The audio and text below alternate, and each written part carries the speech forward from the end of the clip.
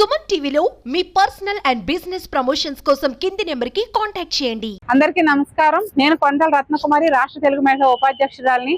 ముందుగా ఈ రోజుని మీ అందరి ముందుకి వచ్చి ఒక మహిళ గురించి చెప్పాలి అంటేనే మాకే సిగ్గుగా అనిపిస్తుంది. ఎందుకంటే శ్రీరెడ్డి అనే మహిళ అని అనటానికే మాకు సిగ్గేస్తుంది. ఆవిడ పేరు ఉచ్చారణ తీసుకురావడానికే మాకు సిగ్గు అనిపిస్తుంది. అలాంటి ఆ మహిళ కోసం, మహిళ అన్న కూడా భావితరాలకి ఇలాంటి ఆడవాళ్ళు ఉంటారని కూడా ఒక సిగ్గుచేటుగా ఉంటది. ఎందుకంటే చంద్రబాబు నాయుడు గారి గురించి, వారి కుటుంబ సభ్యుల కోసం, అలాగే మన పవన్ కళ్యాణ్ గారి గురించి, వారి కుటుంబ సభ్యుల కోసం, అలాగే అనిత గారి గురించి ఆవిడ అనరాని అనుచిత వాక్యలు, చాలా దుర్భాషలు మాట్లాడుతుంది.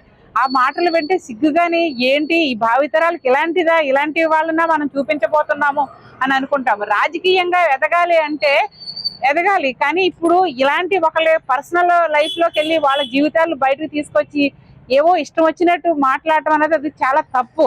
5 సంవత్సరాలు భరించాము. జగన్ ప్రభుత్వం అధికారంలో ఉన్నప్పుడు వైసీపీ జగన్ ఎక్కడ కూడా వాళ్ళని ఖండించలేదు. వాళ్ళని, రోజా గారిని కానీ, ఈ వరదు కళ్యాణి గారిని కానీ, ఇలాంటి వాళ్ళు చాలా మంది ఈ వైసీపీలో ఒక 4-5 లేడీస్ ఉన్నారు. వాళ్ళని కనీసం ఆయన ఆపలేదు.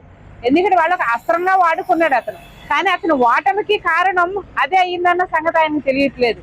ఓటమి 50% ఓట్ బ్యాంక్ ఉన్న మహిళలు సిగ్గుచేటుతో ఇలాంటి వాడికి మళ్ళా ఓటేస్తే ఇలాంటి మహిళల ద్వారా బండ మాటలు వినవలసి వస్తుంది. ఉదయం లేచి సెల్ ఆన్ చేసిన తర్వాత ఇలాంటి చెత్త మాటలు వినవలసి వస్తుంది. ఆ శ్రీరెడ్డి నోట్ అంట అని చెప్పేసి మహిళలే కావాలని ఓడించారు ఈ జగన్ని.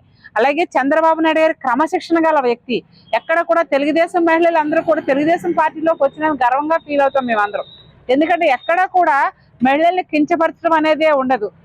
చంద్రబాబు నాయుడు గారు ఎప్పుడైనా సరే, ఎవరైనా సరే గట్టిగా మాట్లాడాలని అనుకున్నా సరే వెంటనే ఆయన చెప్తారు, చాలా క్రమశిక్షణగా ఉండండి అమ్మా, ఎవరిని పర్సనల్కి వెళ్ళి మహిళలు ఇప్పుడు కూడా మ్యాన్ షేమింగ్ అనేది చేయకూడదు అని చెప్పేసి ఆయన ప్రత్యేకంగా చెప్తారు. మేమందరం కూడా, తెలుగు మహిళలు అందరం కూడా ఈ రోజు అనకాపల్లి పోలీస్ స్టేషన్లోని మన పోలీస్ స్టేషన్ సిఐ గారికి మేమందరం కూడా కంప్లైంట్ ఇచ్చాము. దాంట్లో ఏంటంటే చట్టపరమైన ఆవిడ మీద చర్యలు తీసుకోవాలి, కఠినమైన చర్యలు తీసుకోవటం ద్వారా మేమందరం మహిళలందరూ కూడా ఆనందం వ్యక్తపరుస్తాం. ఎందుకంటే మహిళలు చాలా సున్నితమైన వాళ్ళు, ఎవరిని కించపరచడం, బాధ పెట్టడం ఇష్టపడరు. కానీ శ్రీరెడ్డి అనే మహిళను మాత్రం కఠినాతి కఠినంగా శిక్షించాలని చెప్పేసి సవినీయంగా తెలియజేసుకుంటున్నాము.